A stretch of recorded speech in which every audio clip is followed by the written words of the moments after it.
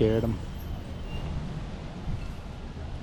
Good morning. I'm kind of excited about today because today's the first day that I'm taking you out to the causeway. So let's go.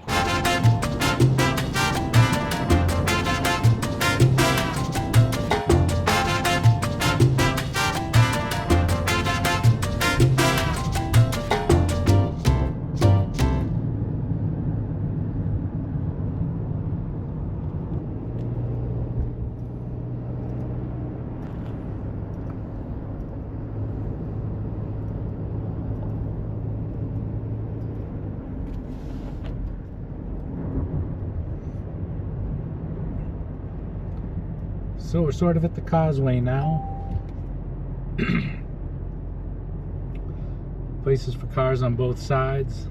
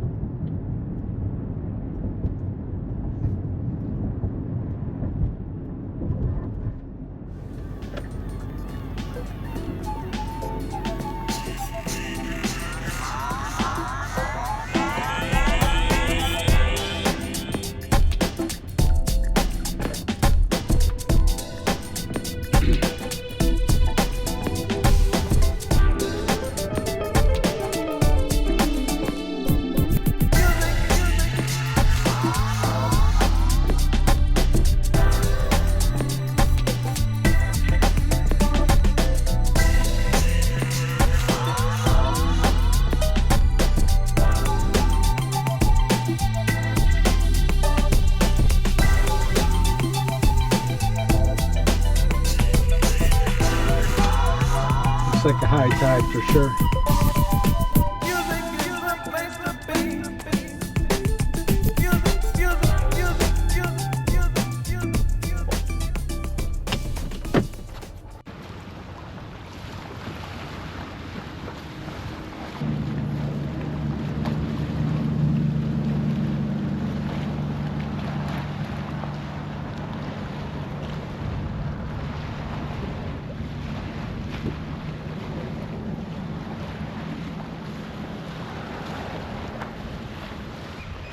It's an extra nice day out here.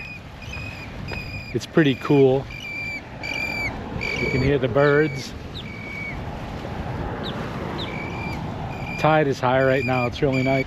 They're out there right now, a couple of them. Not too many today. So this is just one of the causeways. When I talk about causeways, there's quite a few causeways in the area, and I'll be checking out a lot of them. But this is where my wife and I hang out the most.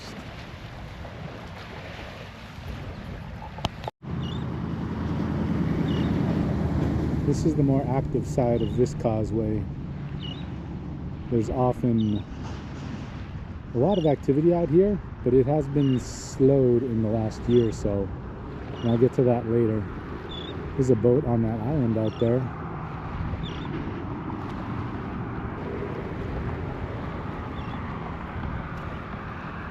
There's a fisherman.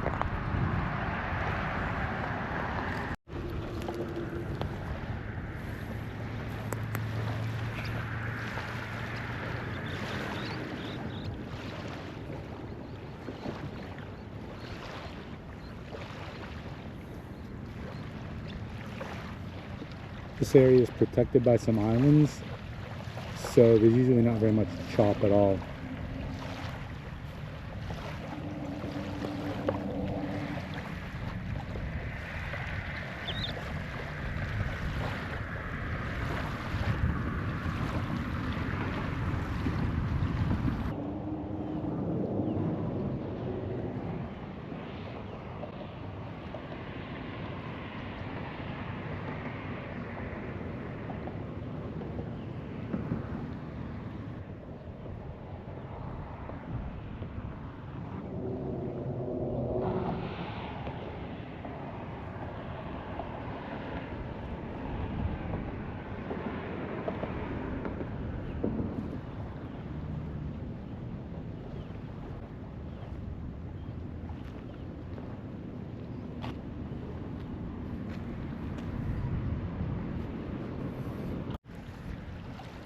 So there's kind of a story to this causeway. Last year we had 2 storms roll into this area, and that never happens. One brought flooding, big time, to a lot of houses, even nearby where we live. So that was kind of unusual for us. The second storm brought a lot of wind and destruction in that way. So anyway, this causeway never really opened after that. They still allow cars over the bridges. But there's one side of this causeway that used to be the place for everybody to hang out. And that doesn't happen anymore. There's probably like 60% of the causeway is now closed. And that's the part where pretty much everybody used to come. It was awesome. I mean, you come here on a Friday night, there'd just be hundreds and hundreds of people with hammocks set up, and you know, sometimes 3 high, and just everybody would be here. It was just such an awesome vibe. And you know, everybody here, everybody having a good time, or everybody just chilling out. You know, you see, you know, single people in their hammocks just hiding from the work week and reading a book. And but a great time for my wife and I. It was Saturday where we always used to come. But at any rate, so that's pretty much not going on anymore. I mean, people still come out here and use the causeway, but it's not quite the same. Fish just jumped. There's some little birds out here. We'll see if we can get them. Little sandpipers, they're the best. So the causeway it'll sometimes be closed after storms, but this was a little different again because it didn't reopen. It doesn't really look visibly that there's anything very wrong with the causeway, but I did a little research and they're calling the bridges functionally obsolete, I believe is what they're saying. The bridges were built in 1963, and so they're concerned that it's not going to hold up to all the wind and stress put on by the storms. And also, even if like a boat, you know, that loses its way, just kind of like, you know, floats into the bridges, it might take the bridges down. So there's a big project that they're trying to start up and get funding for, and I think their timeline is for maybe this to be completed in like 5 years or so. I'm sure it'll be awesome when it's done, but for now, this causeway is a very different thing than it usually is. And I knew that all this was potentially going on when I named my channel, but it didn't really matter to me. I mean, we just have so many memories here at the causeway, and you know, this is kind of always the place where we just go to chill and just have a great time, whether it's busy and crowded and full of life, or whether it's slower and quieter, and whatever the weather is as well. It's just a fantastic magnet for people to come to. So this is an area of the causeway that was just an awesome place, and just a place where my wife and I would come and hang out. Probably like 2 or 3 Saturdays a week. We'd go and get scones at this place, come here and sit with our coffee and just hang out after a work week. And this is the jet ski area. Let's see if I can get out of the frame. There we go. This is the jet ski area, and so people with jet skis could come here and launch their jet skis in the water. There's probably like an area of about 200 to 300 yards where they could park their rigs and launch their jet skis. And so it was just awesome to watch all the fun and the mayhem, and they'd set up tents and really be here all day with their families. You know, everybody taking turns on the jet skis, and just a lot of other watercraft as well out here. We've even seen ultralights with landing gear that could land on the water and then take off again.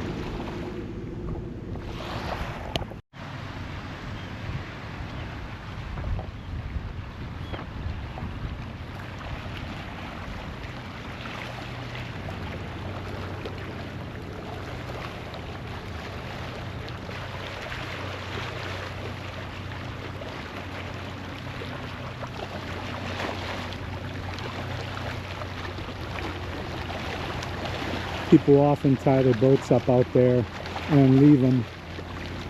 I'm sure some people are just sleeping on the boat as well. And often enough there's people who come to the causeway in their camper or their vehicle and stick around a little bit. There's a police station right down the street, so they need to get permission.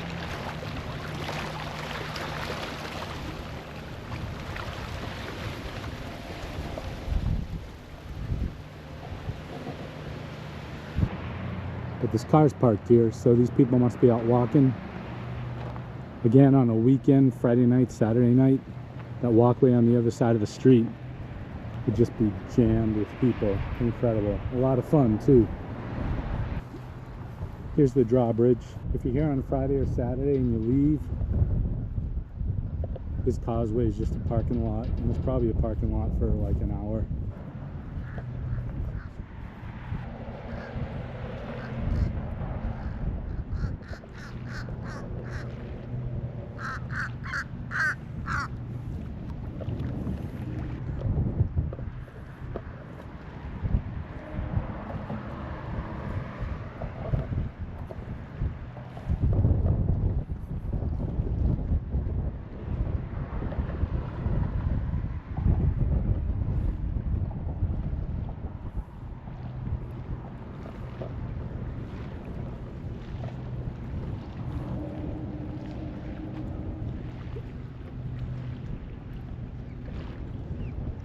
When I found YouTube, I started watching photos and videos of guys up north, like in the snow, camping in the snow. I mean, extreme stuff, just awesome stuff.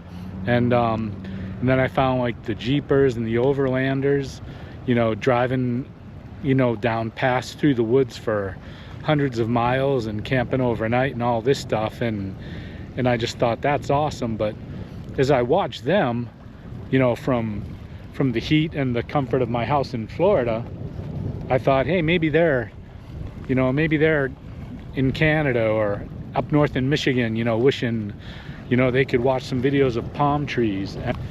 And again, the causeway for me and my wife and I is basically just coming out here and relaxing. But I like camping as well. I've gone down the Swanee River on a kayak, and that's something I want to do with you guys at some point. And also, if you look out here, you know, there's just these islands out here, and people sometimes do kayak out there and spend the night. It's very easy actually to take this area for granted. It's actually the top destination in the country, especially for retirees. We just kind of fell into it.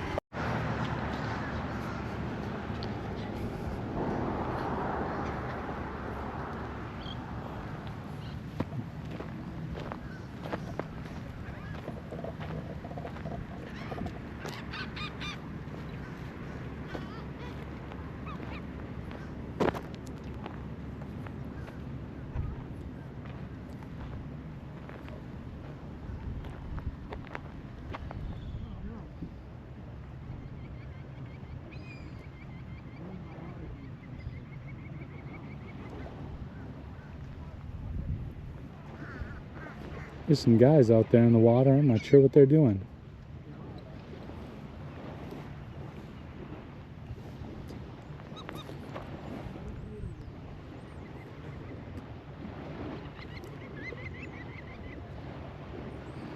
There's a guy on a bicycle behind me in a hammock.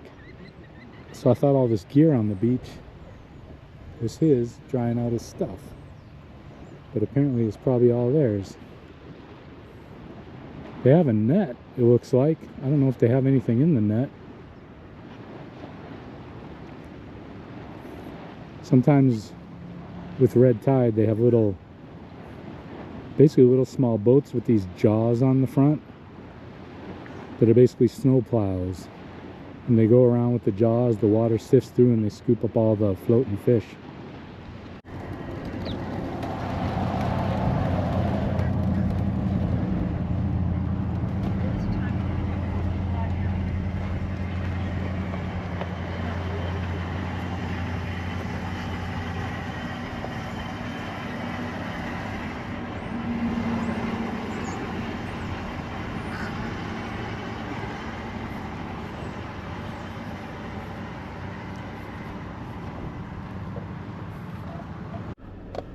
Well, that's pretty much it for now. A simple day on the causeway, but that's what the causeway is often about.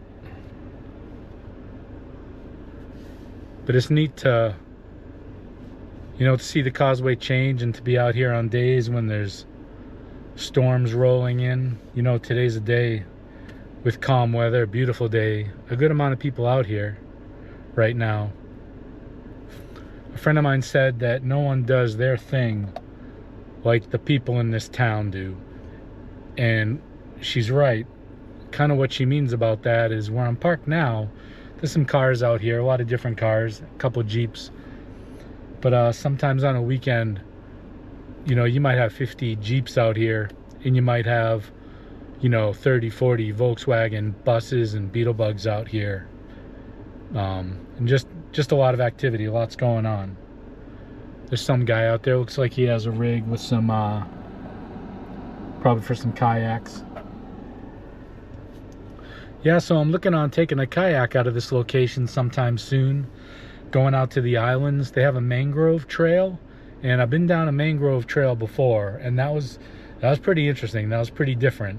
You know, they just cut a path through the mangroves, and you know, all the crabs hang out on the branches, and you kind of make your way under the branches, and yeah, it's kind of weird, but it's kind of cool at the same time. It's pretty neat. The mangrove trail is 3 miles long, and the people were telling me that since the storms came about this time last year, they know that the first 3/4 of a mile on that trail are pretty good, but they haven't been down the remaining 2 1/4 mile. So who even knows if that's passable? Some people probably hear that and they don't want to go down it, but I mean, it might be kind of interesting. And